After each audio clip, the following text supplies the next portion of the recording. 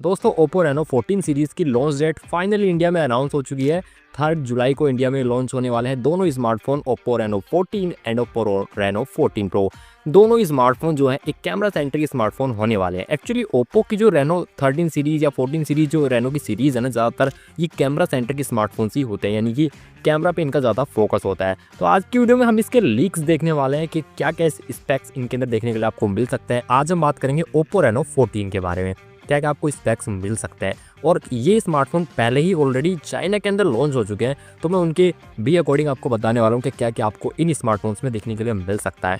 और Oppo Reno 14 जो है Oppo Reno 13 से उसमें क्या अपग्रेड्स किए गए हैं, फिर क्या क्या अपग्रेड्स आपको मिल सकते हैं, कुछ ज़्यादा अपग्रेड क्या है, फिर थोड़ा सा अपग्रेड क्या है, और डिज़ाइन की भी बात करने वाले हैं। तो हेलो दोस्तों, मेरा नाम है रोहित और स्वागत है आप सभी का एक और लेटेस्ट टेक वीडियो में।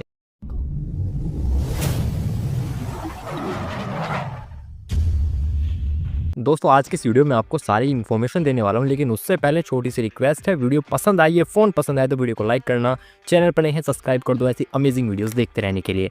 सबसे पहले इसके कलर्स की बात कर लेते हैं। ये आपको 3 कलर ऑप्शन में देखने के लिए मिल सकता है। ग्लोसी पिंक के अंदर, एक इसके अंदर ल्यूमिनस ग्रीन है और तीसरा इसके अंदर ओपेल ब्लू है। तो 3 कलर ऑप्शन में आपको देखने के लिए मिल सकता है। काफ़ी अच्छी शेड्स हैं वैसे इसकी। अगर हम इसके बॉडी की बात करें, इसके फ्रेम की बात करें, तो एरोस्पेस मटेरियल के साथ ये बनाया गया है और इसके अंदर आपको एल्यूमिनियम का फ्रेम देखने के लिए मिल जाता है। अगर मैं इसके डिज़ाइन की आपसे बात करूँ तो अगर आपने Oppo का Reno 13 देखा है, जस्ट वही आपको डिज़ाइन दिया जा रहा है। सिर्फ एक कैमरा सेंसर का फ़र्क है, जो छोटा सेंसर ऐड किया गया, बाकी आपको सेम एग्जैक्ट वही डिज़ाइन देखने के लिए मिलेगा जो कि आपको Oppo Reno 13 5G के अंदर मिलता है। यानी कि डिज़ाइन के अंदर कुछ ज़्यादा अपग्रेड या चेंजेस नहीं किए गए हैं यहाँ पे, तो डिज़ाइन आपको सेम वही देखने के लिए मिलने वाला है। वैसे डिज़ाइन काफ़ी अच्छा है, Oppo Reno 13 का भी अच्छा था और यहाँ पे भी एक अच्छा डिज़ाइन देखने के लिए मिलता है। पंच होल कैमरा सेटअप इसमें आपको देखने के लिए मिलेगा Oppo Reno 13 की तरह ही। बेजल्स वगैरह बहुत ही मिनिमल है, तो फ़ोन अच्छा खासा लगता है इसके फ्रंट साइड से भी देखने में।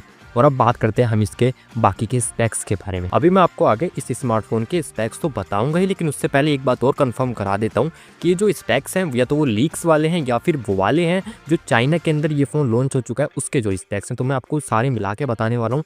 आपको थोड़ा बहुत ऊपर नीचे शायद देखने के लिए मिल जाए फाइनल लॉन्च के अंदर जब ये इंडिया में होगा, लेकिन मैं कोशिश वही करता हूँ कम से कम 99% तो रियल स्पेक्स हो तभी आपको बताऊँ, तो कोशिश मेरी वही रहती है। चलिए बात करते हैं इसके स्पेक्स के बारे में।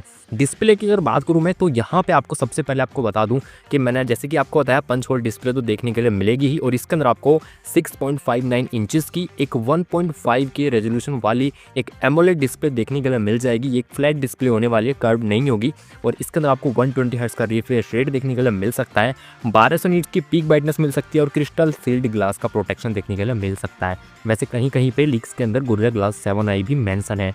अब देखते हैं कौन सा मिलने वाला है, या तो गोरिल्ला ग्लास 7i मिलेगा या फिर क्रिस्टल शील्ड ग्लास मिलेगा। दोनों में से एक का प्रोटेक्शन तो आपको देखने के लिए मिल ही जाएगा।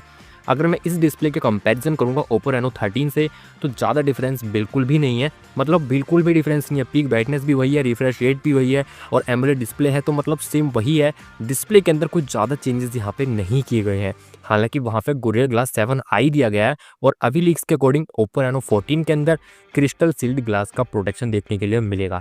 तो ज़्यादा से ज़्यादा बस यही डिफरेंस हो सकता है। डिस्प्ले के अंदर कोई खास मेजर अपग्रेड या ज़्यादा चेंजेस नहीं किए गए। और अब बात करते हैं परफॉर्मेंस की। अगर परफॉर्मेंस की बात आ रही है तो बात आएगी प्रोसेसर की जरूर। तो प्रोसेसर की अगर मैं बात करूँ, यहाँ पे आपको MediaTek का Dimensity 8350 देखने के लिए मिल सकता है, जो कि 4 नैनोमीटर बेस एक प्रोसेसर है। ये वाला प्रोसेसर आपको Oppo Reno 13 के अंदर भी मिलता था। अभी लीक्स के अकॉर्डिंग और जो चाइना में लॉन्च हुआ है उसके अकॉर्डिंग तो यही है कि 8350 ही मिलेगा। अगर सेम ही मिलता है तो फिर यहाँ पे कोई भी अपग्रेड नहीं किएगा। प्रोसेसर के मामले में सेम वही वाला दिया गया जो आपको Oppo Reno 13 के अंदर मिलता था। आई होप कुछ चेंजेस हो यहाँ पे, बट मुझे लगता नहीं है कि प्रोसेसर के मामले में ब्रांड ने कुछ चेंज यहाँ पे किए हैं। अगर इसके OS की बात करें यानी सॉफ्टवेयर की, तो ये वही कलर OS 15 के साथ में आएगा जो कि Android 15 बेस होगा। Oppo Reno 13 के अंदर ही वैसे कलर OS 15 आपको देखने के लिए मिल गया था जब ये लॉन्च हुआ था चाइना के अंदर। तो यहाँ पे देखिए OS की तो कोई खास बात बनती नहीं है, क्योंकि जब कोई नया फ़ोन आता है उस टाइम जो भी लेटेस्ट वाला होता है तो मैक्सिमम तो वही देखने के लिए मिलता है। तो यहाँ पे वही मिलेगा। बड़ी बात यह है कि कितने साल के OS एंड सिक्योरिटी अपडेट्स देता है। जिस प्राइस सेगमेंट में मैं आपको इसका एक्सपेक्टेड प्राइस भी बताने वाला हूँ मार्केट जिस प्राइस सेगमेंट में अब ये आ सकता है उस प्राइस सेगमेंट में कम से कम 3 या 4 साल के तो ओएस अपडेट बनते ही हैं और सिक्योरिटी अपडेट्स तो उससे भी ज़्यादा होनी चाहिए कम से कम, क्योंकि आजकल ब्रांड्स काफ़ी ज़्यादा ओएस अपडेट्स प्रोवाइड कर रहे हैं या सिक्योरिटी अपडेट्स प्रोवाइड कर रहे हैं। और अब बात करते हैं इसके पावर हाउस की, यानी कि इसकी बैटरी की। तो बैटरी में क्या अपडेट्स की गए हैं, बैटरी यहाँ पे आपको देखने के लिए मिल सकती है 6000 mAh की और 80 वॉट की फास्ट चार्जिंग। अगर मैं बैटरी की यहाँ पे बात कर लूँ 6000 mAh की, तो पहले आपको 5600 mAh मिलती थी, लेकिन यहाँ पे अब बढ़ा के कर दी गई है 6000, यानी कि थोड़ी सी बैटरी में इंप्रूवमेंट जरूर किए गए हैं। फास्ट चार्जिंग पहले भी 80 वॉट थी और अभी भी 80 वॉट ही है।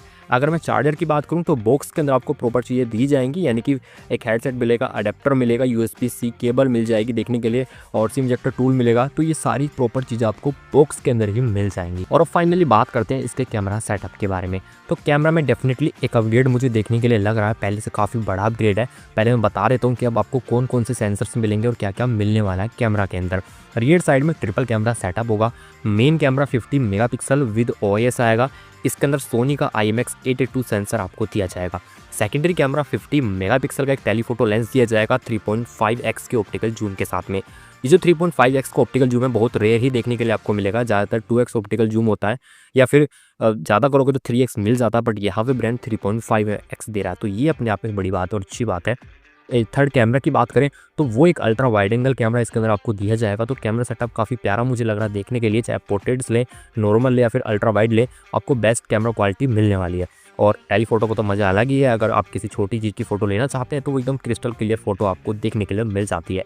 फ्रंट में सेल्फी के लिए 50 मेगापिक्सल कैमरा मिलेगा, जो अभी के लीक्स के अकॉर्डिंग सैमसंग के JN5 सेंसर के साथ में आ सकता है, जो अभी तक के लीक्स है।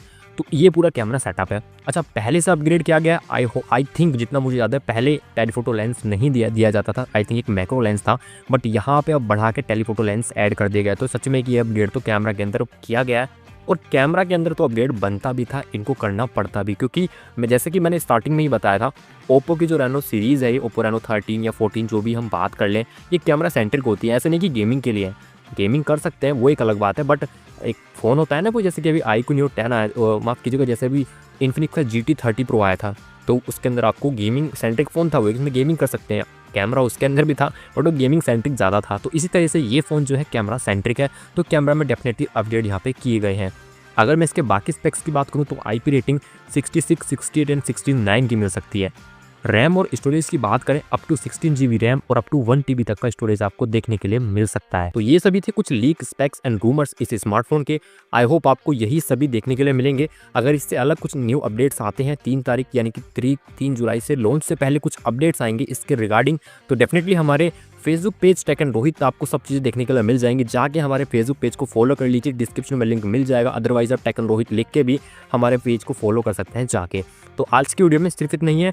और हाँ, प्राइसिंग की बात तो रह ही गई, प्राइस आपको बता देता हूँ। तो एक्सपेक्टेड प्राइस जो बताया जा रहा है स्टार्टिंग वाला 40,000 के अराउंड इसकी स्टार्टिंग हो सकती है। ओप्पो रेनो 14 की मैं बात कर रहा हूँ, 14 प्रो की बात नहीं कर रहा, क्योंकि वीडियो 14 की है।